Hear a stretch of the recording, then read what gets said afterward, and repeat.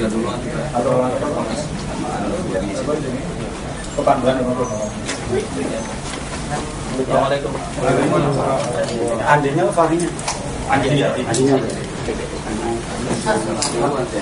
Tolong antum mari ke sana.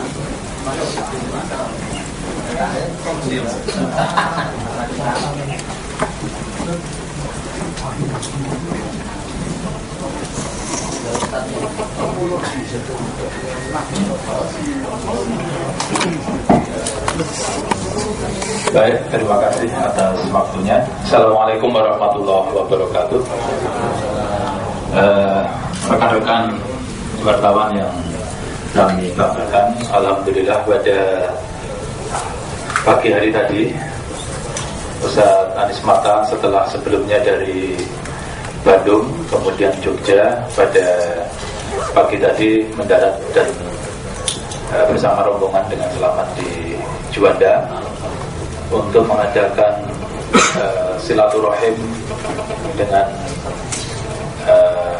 mas-mas bapak sekalian, kemudian juga dengan para tokoh masyarakat, para alim ulama, para kiai di Jawa Timur ini, dengan sebelumnya didahului melakukan atau memberikan pembekalan terhadap 1749 calon PKS dari semua level yang berangkat dari Jawa Timur. Kemudian setelah itu akan melanjutkan silaturahim ke beberapa pesantren maupun ulama dan kiai yang ada di Jawa Timur ini, dan mohon doa restunya agar semuanya manfaat dan berkah. Amin ya rabbal alamin. Untuk selanjutnya saya langsung saja buka forum ini untuk panjenengan semua. Kalau ada yang mau ditanyakan kepada beliau silakan, atau mau disampaikan dulu langsung aja, silakan. Saya ingin mengawali terkait pencatatan tadi ada 1749 caleg yang bakal didorong oleh PKS. Pertama, setelah munculnya persoalan kemarin, mungkin ini tidak masalah seperti partai kader, namun persoalannya percayaan di masyarakat seperti apa nantinya untuk kepentingan 2014, karena ini pendek. Kader kita pikir tidak ada persoalan. Yang pertama itu, yang kedua dari 179 ini berapa banyak yang kader dan berapa banyak non kader? Karena partai PKS sekarang kita lihat beda dengan PKS yang dulu. Kalau dulu untuk duduk di caleg aja tidak rebutan tapi dorong-dorongan. Tapi ini kan mulai muncul bahwa PKS menjadi partai terbuka, mulai ada bibit-bibit rebutan balung di posisi ini. Ini kan juga berat. Pada posisi ini kan juga berat. Baik PKS baik kader. Presentasinya berapa sih untuk yang non kader dan yang kader, mengantisipasi supaya mereka yang non kader masuk dan bisa dikendalikan PKS seperti apa? Presiden aja bisa reset karena manusia ya. Tapi apalagi non kader yang tidak melalui basis training yang jelas di PKS. Mungkin itu. Terima kasih. Ya. Yang bertanyakan yang isu kemarin sempat ada dana aliran ke pasangan Raksa PKS itu ada sekitar 4 miliar kemarin isunya itu. Nanti seperti apa dari PKS, dan juga apakah nanti juga akan bisa terjun dari Raksa di Jawa Timur. Dan juga akhirnya pasti borong di Jawa Timur. itu apa maksudnya untuk PNU akan juga bersaing nanti di PKB dan partai lain. Nah, dulu ya. Ngomong turun lagi. Mohon izin saya jawab yang bagian saya, Ustaz. Untuk Jawa Timur total persentase dari semua level dari 1749 caleg itu hampir 30%, tepatnya kurang lebih sekitar 28% yang non kader, dan itu banyak di tingkat 2. Mengapa di tingkat 2? Karena seperti kita ketahui bahwa dapilnya jauh lebih banyak, karena se-Jawa Timur ada 38 DPD, Seperti di Surabaya saja ada 5 dapil, sehingga kesempatan bagi masyarakat untuk mengabdi ke bangsa ini melalui PKS itu jauh lebih besar peluangnya daripada di provinsi yang dapilnya total hanya 11 dan jatah kursinya hanya 100 ya. Jadi kalau di average itu di rata-rata sekitar 28% yang sekarang ini diisi oleh non-kader. Artinya non-kader ini sebenarnya sudah berhubungan dengan kami, yang kami istilah dengan Rohul Am. Kita bangun relasi secara umum, tetapi tidak sampai kepada tahapan program pembinaan kaderisasi PKS. Itu yang kami maksud. Nah, itu istilah non-kader itu maknanya begitu. Artinya ini sudah berhubungan dengan kami kurang lebih 1 tahun sebelumnya, dan setelah kita lakukan fit and proper lah gampangnya begitu, itu kita anggap layak untuk menjadi calon. Kemudian untuk yang dana Karsa tadi, ya, nanti mungkin Presiden menambahi.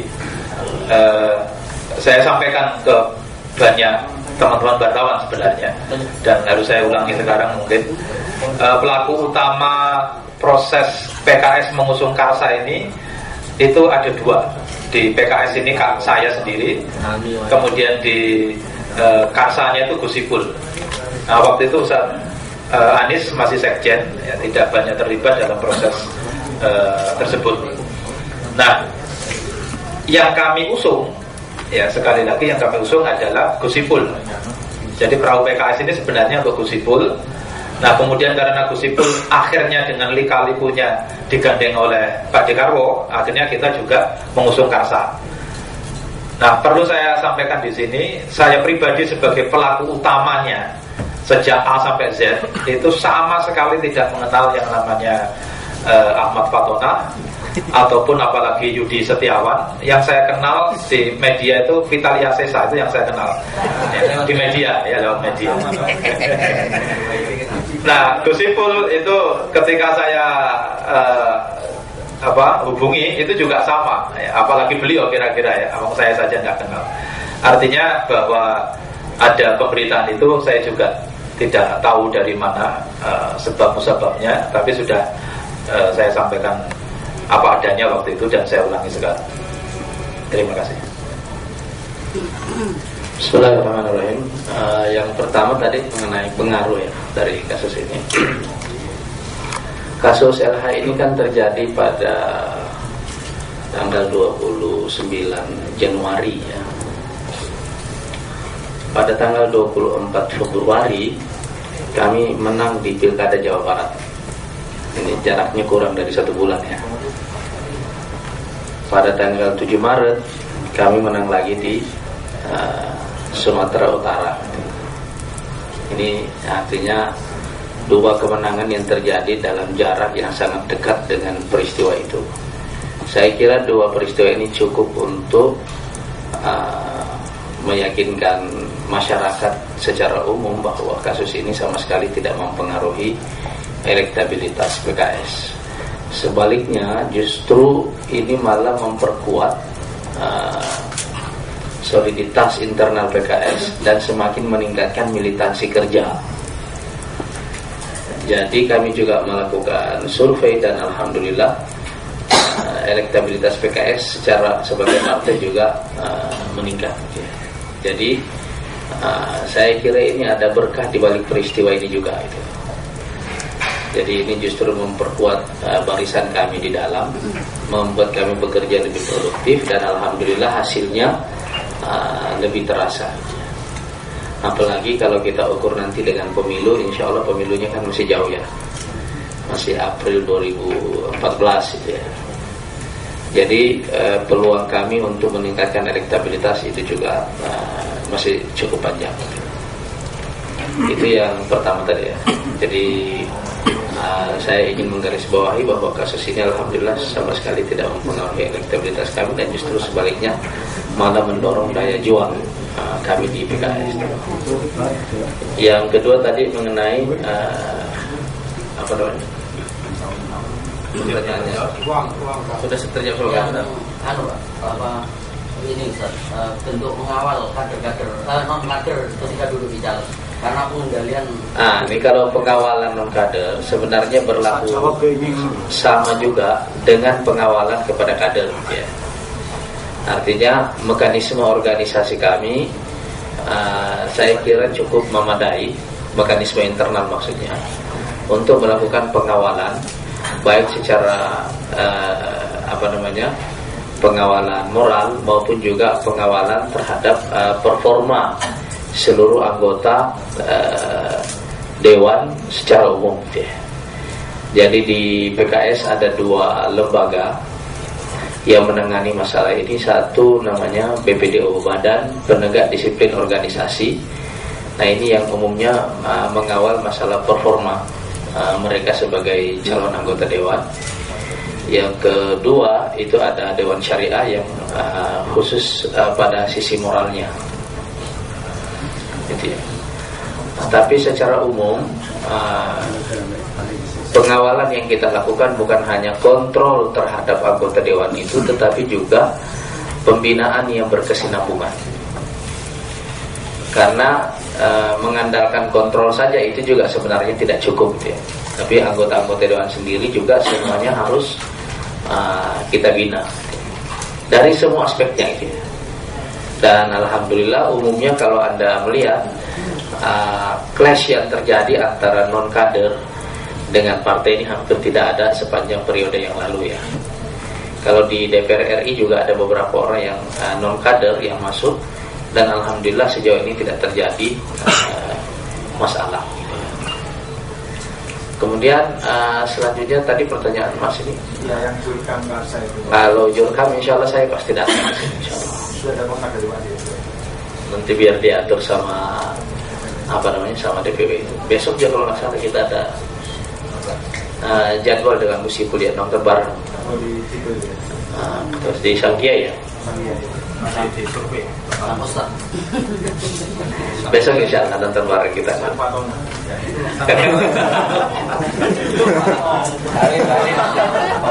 Iya. Mungkin saya tambahi sedikit. Kalau khusus di Jawa Timur kita buat fakta integritas. Ya, niru-niru kebaikan SBY gitu ya. Ada fakta integritas untuk itu tadi caleg-caleg semua ya, bukan hanya yang non kader, tapi semuanya kita itu kita buat semacam fakta integritas. Monggo yang lain. Nah ini dulu. Jawa Timur jadi menang ya. Iya, Sumatera Utara sama Insya Allah. Target berapa besar pemilu PKS? Tembus 3 besar. Monggo. Ustaz, ingin tanya soal rencana PKS menolak kenaikan BBM. Sejauh mana kesiapan PKS ini, apa ada sekedar jauh-jauh dan sekaligus antisipasi jika Setgab ini melakukan sanksi berupa mendesak SBY untuk mencopot 3 menteri yang dimiliki oleh PKS. Apakah nanti PKS akan membuat garis oposisi atau tetap di Setgab? PKS kan luar biasa. Sekolah seluruh ya? Iya. Titipannya ada ditanya. Ini karena agak berat ini, biar dijawab dulu ya. Pertanyaan Sama Pak. Sama itu kan ada sedikit penegasan. Apakah nanti juga sama atau tetap pada berada di koalisi, apakah memang memilih jalur lain di oposisi seperti PDIP? Untuk teknis BBM mungkin pakarnya Ustaz Andi Rahmat, beliau yang memang menekuni dunia BBM. Bismillahirrahmanirrahim. Assalamualaikum warahmatullahi wabarakatuh. Teman-teman wartawan yang dimuliakan Allah Subhanahu wa taala. Kalau soal sikap sebetulnya saya perlu dengan izin Presiden ya menjelaskan dulu sebetulnya dalam secara relasi PKS dengan pemerintahan itu, terutama anggota DPR ya dari PKS, sekali lagi anggota DPR dari PKS dengan pemerintahan itu memang relasinya relasi kritis ya dari dulu. Jadi Kalau teman-teman ingat kembali, tahun 2005 itu kita adalah partai pertama ya. Waktu itu kita koalisi juga dengan Presiden SBY. Itu yang menginisiasi lahirnya angket beras waktu itu. Dan sampai di ujung memang cuman kami lah yang tetap serius untuk mendorong angket itu dan kalah dari voting ya. Pada waktu itulah mulai muncul wacana tentang sikap PKS di dalam koalisi ini. Jadi sebetulnya kalau ada istilah nakal, balelo yang sering dialamatkan kepada sikap kami itu sebetulnya bukan hal yang baru gitu ya. Jadi dari tahun 2005 ini sudah jadi tradisi. Jadi saya selalu bilang ini diskusi tentang koalisi, lalu apa oposisi dan seterusnya itu seperti diskusi Kopinho. Jadi jilid 1, jilid 2, jilid 3, jilid 4, dan itu selalu mengiringi sikap kritis kami kepada pemerintah. Juga sama waktu kita melakukan hal yang sama pada waktu Senturi ya.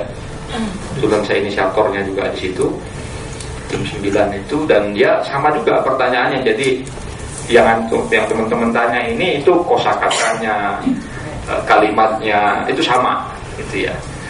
Dari teman-teman kami juga protesnya juga sama bebannya.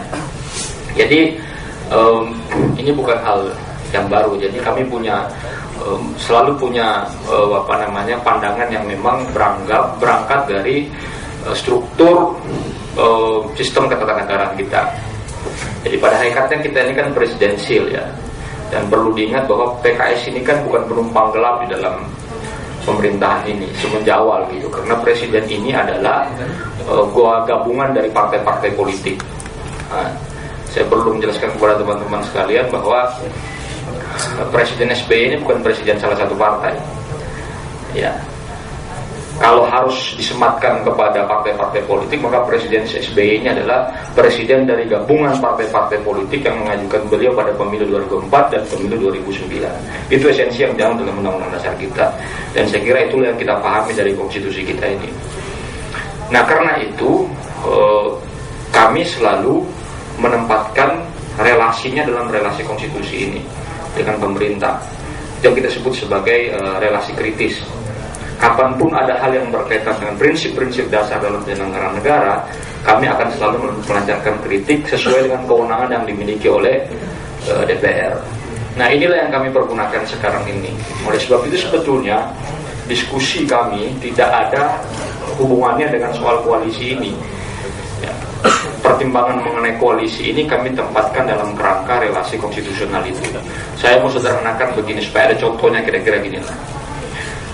Sistem kita ini kan sama dengan Amerika ya, sama-sama presidensial, ya kan? Sama-sama presidensial. Mohon maaf nih, saya minta sedikit waktunya supaya bisa menjelaskan dulu cara kami berpikir ini. Presidensialnya Amerika itu menyebabkan kabinetnya Obama itu juga kabinet gabungan. Ya, di kabinet Obama itu ada Robert Gates, Menteri Pertahanan Amerika. Iya kan?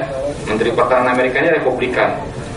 Tetapi kan kita tahu hubungannya Obama dengan Republikan di Kongres Amerika itu tidak sehat, malah bertempur secara terus-menerus. Tapi saya mau tanya kepada teman-teman, ada nggak ahli politiknya Amerika? Ada nggak ahli konstitusinya Amerika? Ada nggak pengamat politiknya Amerika itu yang mengatakan bahwa, hey Robert Gates, you harus keluar dari pemerintahan itu karena partaimu di parlemen, di Kongres itu suka nyerang pemerintah? Ada nggak? Nggak ada kan? Nah, kalau di Indonesia ini kan pengamat politiknya karena nggak ngerti konstitusi ya suka ngomong begitu, kira-kira gitu loh. Ini sama, makanya saya selalu bilang, terakhir kali waktu teman-teman banyak bertanya soal itu, saya jelaskan posisi seperti ini. Dan ini kan esensial gitu loh. Ini mazhab konstitusi kita begitu. Coba Anda bayangkan ya, kalau 10 partai ini ada dalam pemerintahan, apa yang terjadi dengan kehidupan parlemen kita kan? Saya kira industri pers juga jadi lesu kan? Karena tidak ada berita, karena semua orang sama gitu pendapatnya. Nah, jadi itu yang perlu saya jelaskan dulu dari segi kerangka berpikir. Nah, yang kedua, sikap mengenai BBM bersubsidi ini ada historinya juga. Tahun 2005 itu kami dukung kenaikan harga BBM dan malah berperan aktif dalam mensosialisasikan kebijakan itu kepada masyarakat. 2007 juga sama, kita juga dukung dan berperan aktif. Cuman ada bedanya antara 2005-2007 dengan sekarang. Pada tahun 2005 dan 2007, waktu itu ya, pemerintah mengajukan satu proposal integral yang berkaitan dengan kebijakan hulu dari subsidi energi kita, kebijakan energi dan kebijakan subsidi kita. Itu satu paket. Jadi proposal itu bisa membayangkan kira-kira kalau kita melakukan kebijakan ini apa efeknya bagi perekonomian dan bagaimana kita mengatasi perekonomian pasca kenaikan harga. Dan itu sukses pada waktu itu, sehingga kita bisa mengurangi beban penggunaan minyak tanah di dalam APBN, kerosin. Kita alihkan kepada penggunaan LPG 3 kg, dan itu sukses mengatasi krisis di dalam tubuh APBN kita. Berhasil. Ya, waktu itu sudah 60 triliun. Malah kerosin itu, minyak tanah itu kan lebih besar subsidinya daripada BBM dulu. Ya, waktu itu subsidi BBM cuma sekitar 30-an triliun, kerosin itu sudah hampir 50 triliun waktu itu. Nah, ini sukses. Kali ini pemerintah mengajukan, dan kami sudah tolak dari tahun 2012 sebetulnya. PBNP 2012 kami sudah menolak itu. Kenapa? Karena kali ini tidak ada kebijakan yang proposal yang integral itu. Yang diajukan ini proposal parsial, bertentangan satu sama lain. Sehingga yang kita bayangkan kemudian adalah kalau kebijakan ini terus-menerus kita ambil dan kita mengendorse kebijakan pemerintah ini tidak menyelesaikan persoalan, tapi menyimpan bom waktu di dalam sistem APBN kita. Ini hanya masalah waktu aja. Kenapa? Karena kenaikan harga BBM ini tidak berhasil menutupi lubang yang timbul oleh besarnya risiko subsidi energi di masa mendatang. Itu intinya. Jadi kali ini kami memang dengan sengaja melakukan kampanye secara masif untuk mengajak ulang pemerintah ini untuk kembali kepada asas kebijakan yang sama-sama kita dukung sepanjang tahun 2009 sampai tahun 2012 kemarin. Apa itu? Kebijakan pengendalian BBM bersubsidi. Kebijakan pengendalian BBM bersubsidi. Nah, teman-teman sekalian, sebab kalau ini tidak dilakukan, sekarang saja kita sudah, volume BBM kita ini sudah naik, dipropos oleh pemerintah 48 juta kiloliter. Kenyataannya tahun lalu, kalau saya tidak salah ingat, itu sudah 50 juta kiloliter. Tahun lalu aja kita udah jebol, dan tahun ini mesti kita bayar. Jadi kenaikan subsidi BBM ini disebabkan lonjakan volume yang terlalu besar, dan jumlahnya itu resikonya terhadap APBN itu kira-kira sekitar 20-40 triliun. Ya, tahun lalu itu kita mesti ngutang sama Pertamina. Berapa utangnya? 22 triliun. Utang 2012 yang di carry over ke sekarang ini, dan sekarang mesti dibayar pakai APBN. Jadi salah satu alasan kenapa kemudian BBM bersubsidi dinaikkan itu karena kita mesti bayar utang ke Pertamina 22 triliun. Nah, ini kan bahaya. Yang kedua, ini antagonismenya ya, saya perlu jelaskan ya. Banyak sekali antagonisme di dalam. Antagonisme kedua itu begini. Kampanye kita kan mengatakan bahwa BBM bersubsidi ini dikonsumsi oleh mereka yang tidak layak menerimanya. Betul nggak? Iya kan? Tetapi Anda bisa bayangkan, ya, kalau kita tidak melakukan pembatasan, maka sebetulnya kita membail out keseluruhan kelas pengguna atau konsumen BBM ini. Ya, jadi orang kelas menengahnya bisa tetap beli BBM dengan harga 6.500, sementara pedagangnya, penjual, nelayan, petani yang harganya, yang kemampuan belinya ini sudah menurun karena kenaikan TDL tahun ini. Jangan lupa loh, tarif dasar listrik tahun ini naik 15%. Dan itu konsesi yang kita minta dari pemerintah waktu itu. Jangan naikkan BBM, TDL oke, tetapi bertahap. Tapi sekarang ini dual, masuk, erbu semua ke dalam dapur masyarakat kita. TDL-nya naik 15%, lalu BBM-nya kita juga gerakkan ke atas. Jadi ada tekanan luar biasa di tengah-tengah ekonomi rumah tangga kita, dan ini yang mesti kita hindari.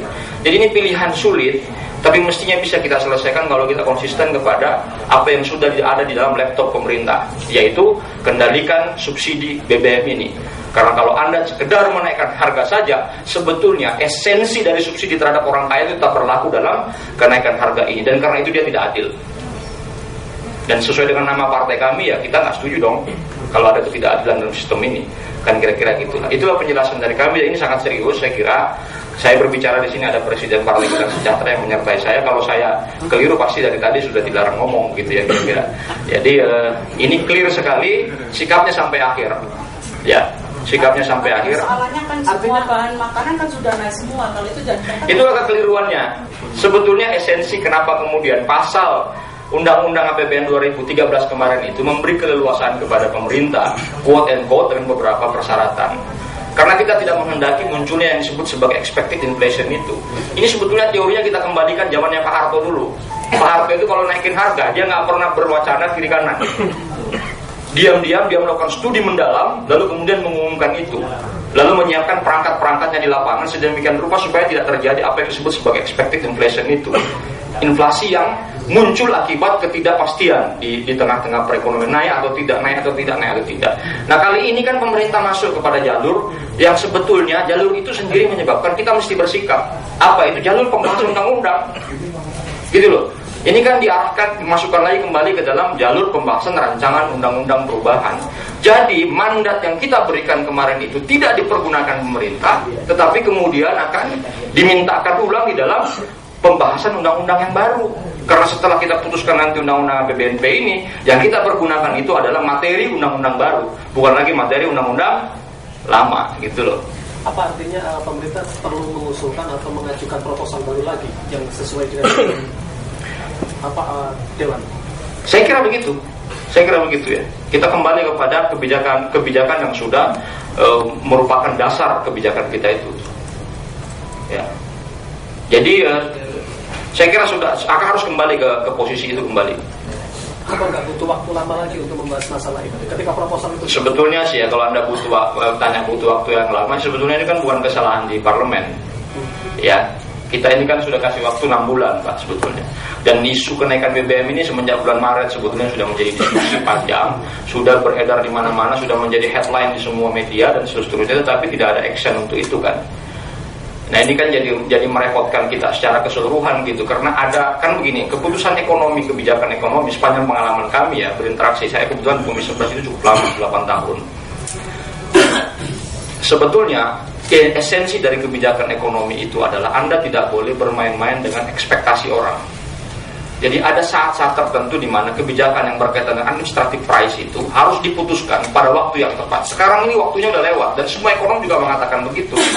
Sudah tidak pasti situasinya menjelang pusat inflasi baru, yaitu menjelang bulan Ramadan, dan pada saat yang sama juga ada dual pressure di dalam APBN kita ini. Jadi ini kan, jadi kalau pertanyaannya itu diarahkan ke kami, sebetulnya nggak bisa, agak sulit juga kita ini di parlemen ini menjawab ya, karena ada waktu yang tersia-sia kira-kira sekitar 5 bulan ini terakhir ini. Saya kira cukup ya. Terima kasih. Assalamualaikum warahmatullahi wabarakatuh. Baik, cukup ya. Satu lagi setelah itu silakan maju ke sini. Seperti biasanya. Monggo. Selain BBM dan sebagainya, kemarin Mendikbud juga sempat melanjutkan PKS tentang satu-satunya partai yang tidak setuju dengan kurikulum 2013. Dan Mendikbud minta alasannya kenapa PKS sebagai menolak kurikulum 2013.